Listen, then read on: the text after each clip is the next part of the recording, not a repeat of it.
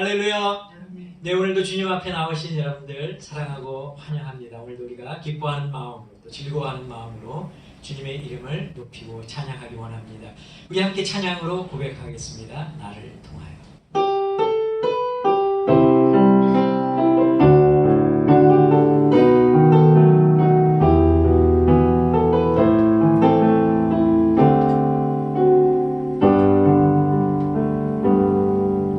지금 서 있는 이곳에서 높임을 받으소서. 내가 받는 땅 주님의 땅이니 하늘이 주의 이름 높이 올리며 넓은 바다가 주를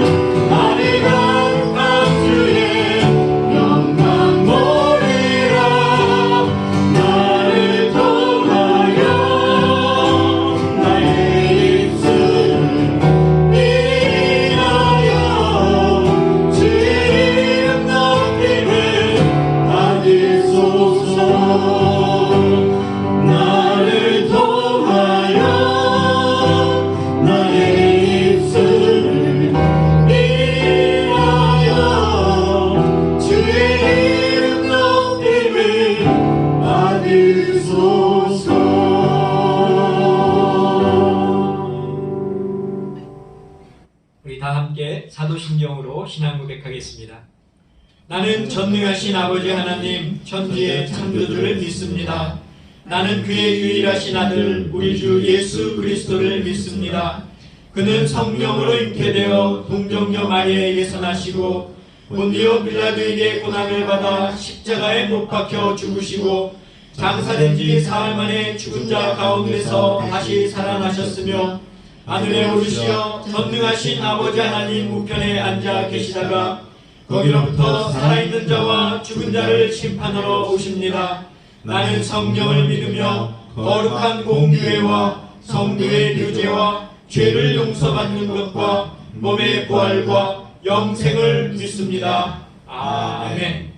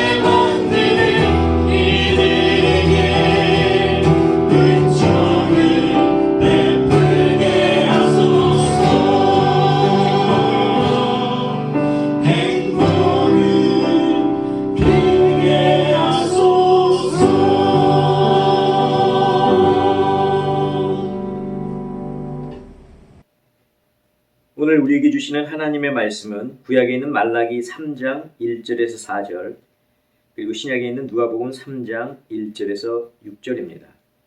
먼저 말라기 3장을 제가 봉독하겠습니다.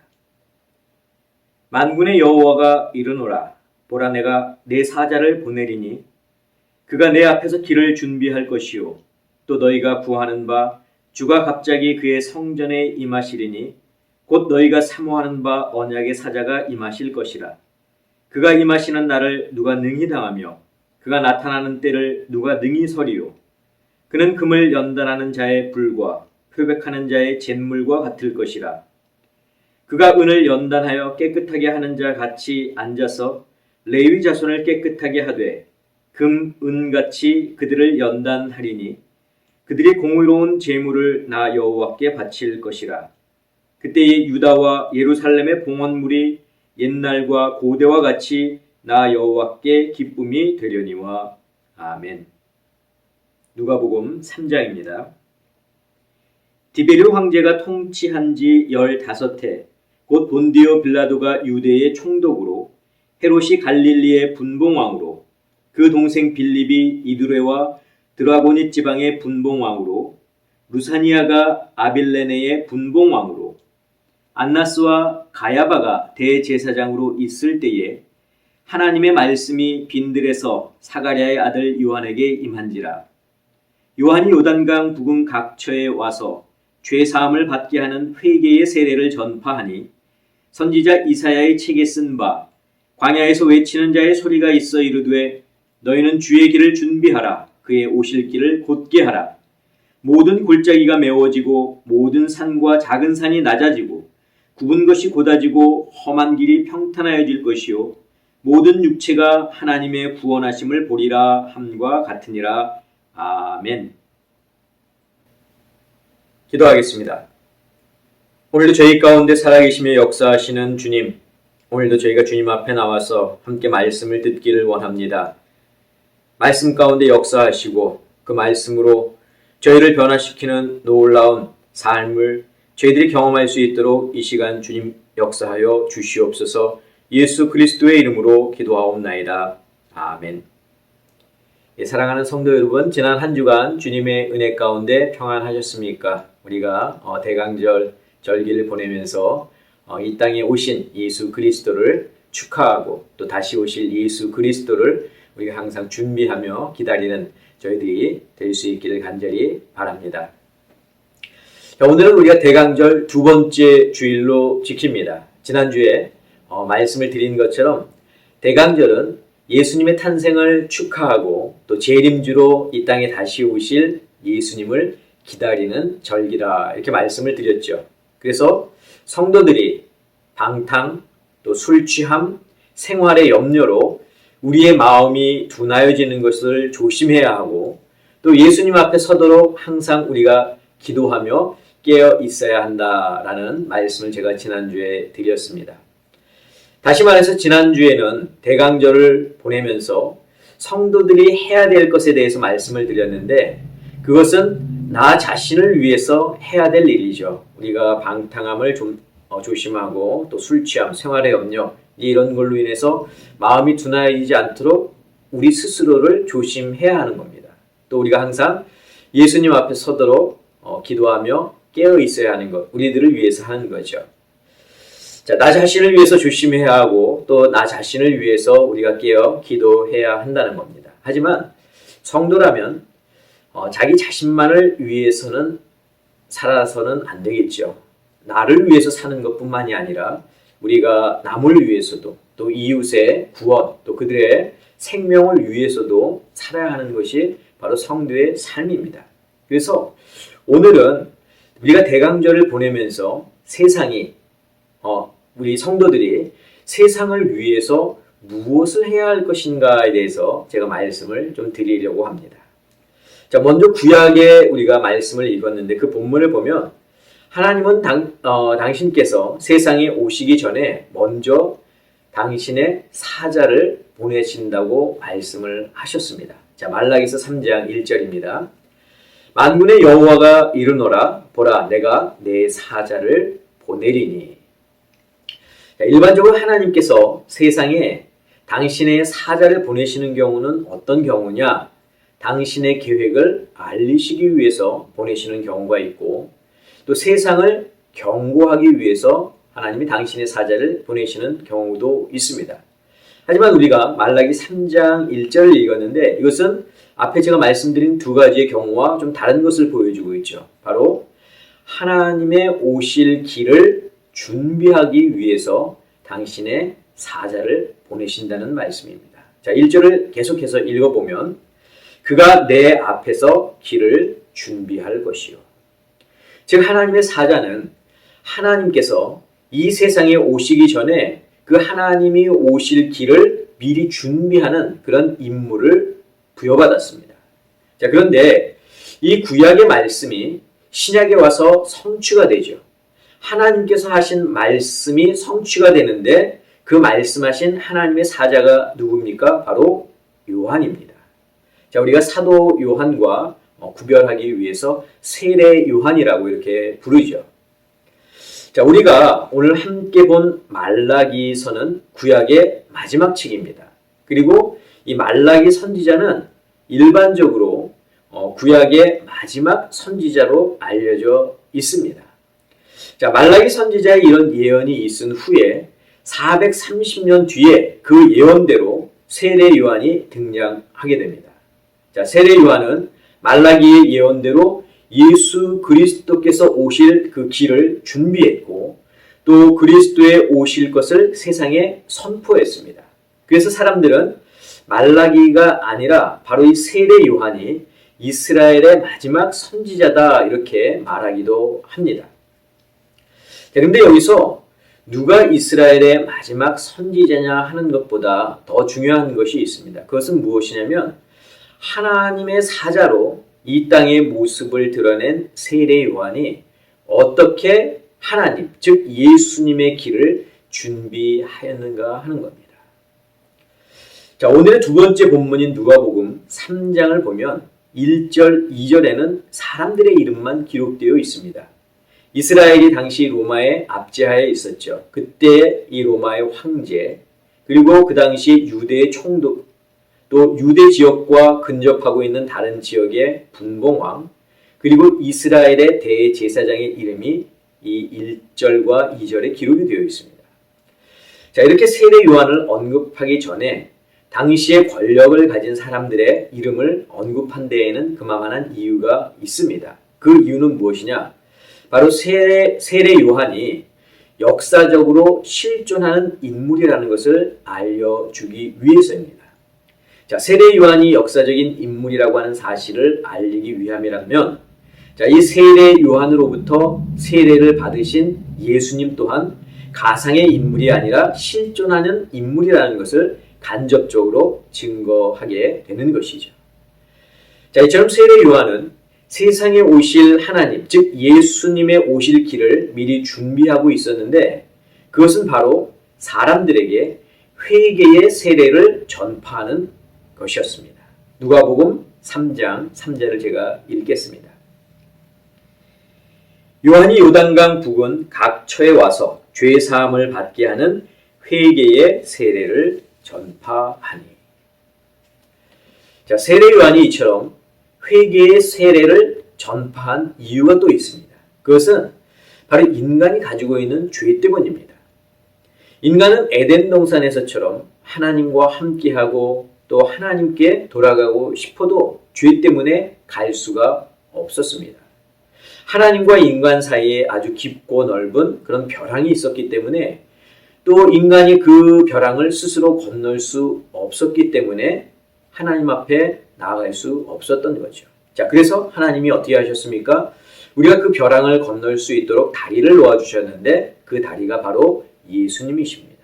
그래서 인간은 이 예수님이라고 하는 다리를 통해서 언제든지 하나님 앞에 나아갈 수 있게 된 것입니다. 자, 그런데 예수님이라고 하는 이 다리를 아무나 건널 수 있는 것은 아니죠. 예수를 그리스도로 믿고 고백하는 사람만 그 다리를 건널 수 있는 겁니다. 여기는 조건이 없습니다. 누구든지 예수를 그리스도로 고백하면 그 다리를 건널 수 있고 그래서 하나님 앞에 나아갈 수 있는 겁니다. 자, 예전에도 제가 말씀을 드렸지만 신앙 고백, 즉 예수님이 나의 구세주이심을 고백하는 것은 어디서부터 출발을 하느냐? 바로 내가 죄인임을 인정하는 데서부터 출발합니다. 다시 말해서 우리가 예수를 믿게 되는 과정은 내가 죄인임을 인정하는 단계가 있고 그 다음 단계가 나의 죄를 고백하는 단계, 그리고 회개하는 단계, 그리고 예수 그리스도를 영접하는 단계로 이루어진다는 겁니다. 그러니까 우리가 예수를 믿고 영접하기 위해서는 제일 먼저 무엇을 해야 됩니까? 나의 죄를 고백하고 회개하는 과정이 있어야 한다는 겁니다. 바로 이러한 이유 때문에 예수님께서 이 세상에 오시기 전에 세례 요한은 예수님의 오실 길을 미리 준비하고 있었는데 그것이 무엇입니까? 사람들에게 회개토록 하는 거였죠. 그리고 회개의 세례를 주는 거였습니다. 죄는 이 세상을 험하게 만들어 버렸습니다. 누가복음 3장 5절에서 말하는 높은 산, 또 골짜기, 험한 길, 이제 이런 것들이 바로 세상이 그런 죄로 물들었다는 것을 은유적으로 표현하고 있는 겁니다. 그래서 메시아, 즉 예수님께서 오시기 전에 이 모든 것을 어떻게 하라고요? 평탄하게 하라고 광야에서 외치는 자가 나타날 것이다. 이사야 선지자가 이렇게 예언을 했습니다. 자, 그렇다면 재림 주님께서 오실 때 세상을 위해서 우리가 준비해야 할 것은 무엇일까요? 우리는 예수님이 이 땅에 오실 텐데 그 오실 예수님을 기다리면서 세상을 위해서 우리가 준비해야 될 것이 무엇인가? 이 시간 제가 여러분들께 말씀을 드리는데 누가복음 3장 5절을 중심으로 제가 두 가지를 말씀드리려고 합니다. 자, 첫째는 바로 골짜기를 메우고 모든 산을 낮게 하는 것입니다. 이것이 이제 우리가 해야 될 것이라는 거죠. 자, 여기서 산과 골짜기는 대조를 이루고 있습니다. 산은 높은 것이고 또 골짜기는 낮은 것을 뜻합니다. 즉 골짜기를 메우고 산을 높은 것을 낮게 한다는 것은 평준화 또는 평등을 말하고 있는 겁니다. 자, 인간이 사는 세상은 인간이 하나님을 떠나면서부터 힘 있는 자가 통치하는 세상이 되었습니다. 힘 있는 자는 그 힘을 이용해서 부를 축적하고 또 자신의 안전을 도모하게 되었습니다. 그러면서 자연스럽게 계급이나 계층이 생겨나게 되었고 이는 불평등과 빈부의 차를 가져오게 하였습니다. 자, 하나님이 이스라엘을 심판하신 이유 중에 하나가 바로 그것 때문이죠. 있는 자들이 없는 자들을 돕지 않고 오히려 속이는 저울을 사용해서 없는 자들의 그 있는 것까지도 착복하였기 때문에 하나님이 이스라엘을 심판하셨습니다. 자, 하나님은 모든 인간들이 당신의 나라에서 더하지도 않고 덜하지도 않고 모두가 평등하게 살기를 원하십니다. 물론 예수님께서 오시면 이런 세상은 자연스럽게 이루어지겠지만 그래도 예수님이 오시기 전에 우리 믿는 자들이 이런 세상을 만들 수 있도록 준비해야 한다는 겁니다. 자, 이런 세상을 만들기 위해서 우리에게 필요한 것은 서로에 대한 관심과 사랑입니다. 내게 주어진 힘과 권력을 나를 위해서 사용하는 것이 아니라 모두를 위해서 사용되어야 됨을 우리는 알아야 할 것입니다. 내게 주어진 재물도 마찬가지죠. 나를 위해서 사용하는 것이 아니라 모두를 위해서 재물을 사용해야 한다는 겁니다. 내가 열심히 일해서 또 수고해서 모았으니까 나를 위해서 사용하는 것이 당연하지가 아니라 내가 수고해서 모았지만 나보다 어려운 이웃들을 위해서 힘든 그러한 사람들을 위해서 함께 나눌 수 있는 마음이 필요하다는 겁니다. 자, 우리는 이것을 공평의 원리에서 이해해야 합니다. 하나님 나라의 통치 이념이 두 가지가 있죠. 바로 공평과 정의입니다. 우리가 이것을 하나로 해서 공의다 이렇게 이야기를 하는데 자, 이 공평과 정의, 이 중에서 공평에 대해서 잘 설명해주고 있는 비유가 있습니다. 바로 포도원 품꾼의 비유입니다. 자, 포도원 주인은 오전 9시에 와서 일한 품꾼, 그리고 오후 5시에 와서 1시간 일한 품꾼에게 똑같이 한 데나리온을 주었습니다. 자, 그러자 오전 9시에 온 품꾼이 자신은 저 사람보다도 훨씬 더 많이 일을 했는데 왜 똑같이 한 데나리온밖에 안 주느냐 이렇게 불평을 하죠. 자, 하나님이 원하시는 것은 무엇입니까? 품꾼의 하루 품삯인 한 데나리온을 모두가 다 똑같이 받았느냐 하는 것. 하나님은 여기에 더 관심을 갖고 계신다는 겁니다. 만약에 한 사람이 하루에 한 데나리온이 있어야 살 수 있다면 그 사람이 1시간을 일했든 9시간을 일했든 그에게 필요한 하루치의 돈이 얼마입니까? 한 데나리온이에요. 그러니까 하나님은 9시간을 일한 사람도 하루에 한 데나리온이 필요하고 5시에 와서 1시간만 일한 사람도 그 하루에 필요한 돈이 한 데나리온인 것을 알았기 때문에 그들 모두에게 똑같이 한 데나리온을 준 것입니다. 여러분, 이스라엘 백성이 광야에서 만나를 취할 때도 마찬가지죠.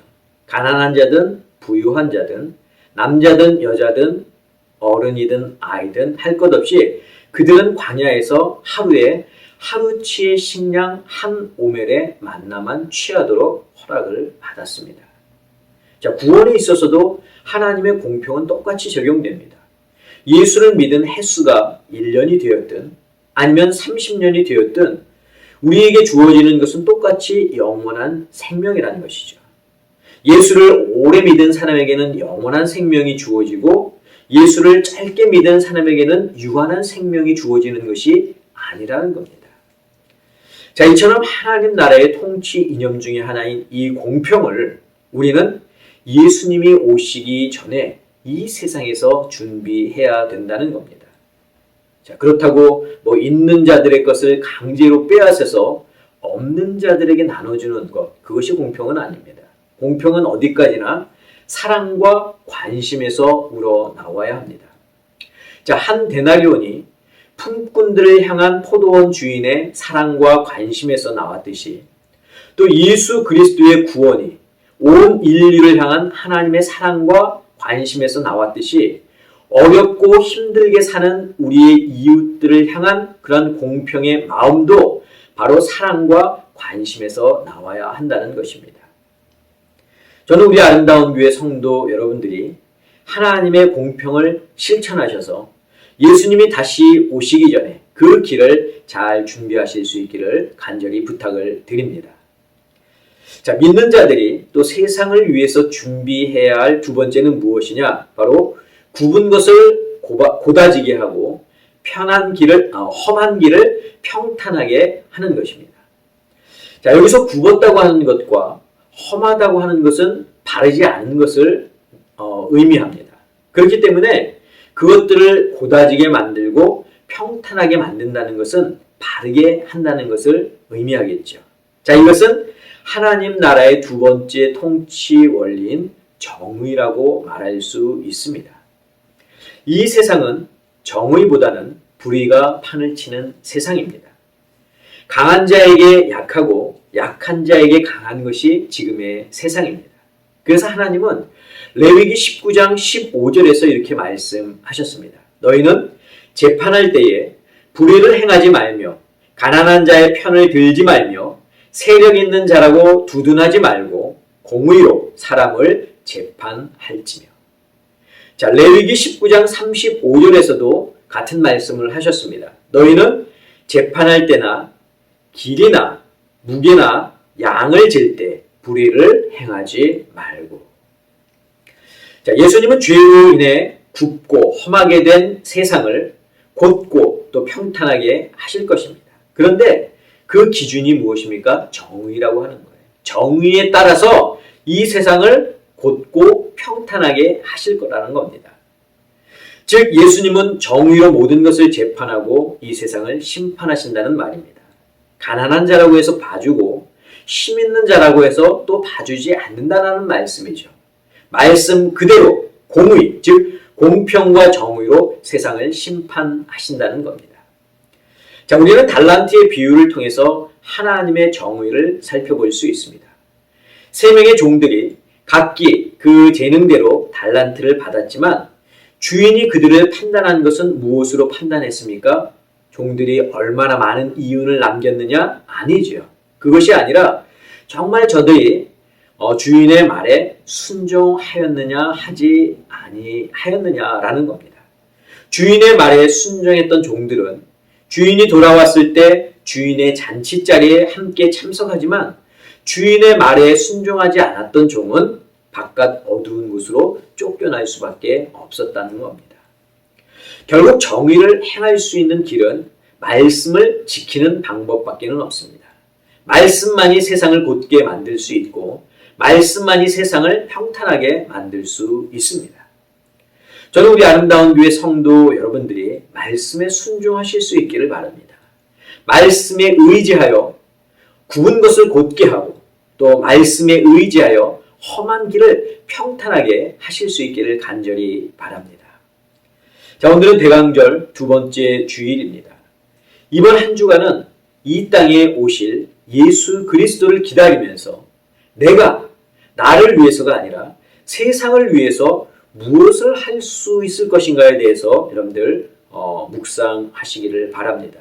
우리가 할 수 있는 것은 바로 공평과 정의를 실천하는 겁니다.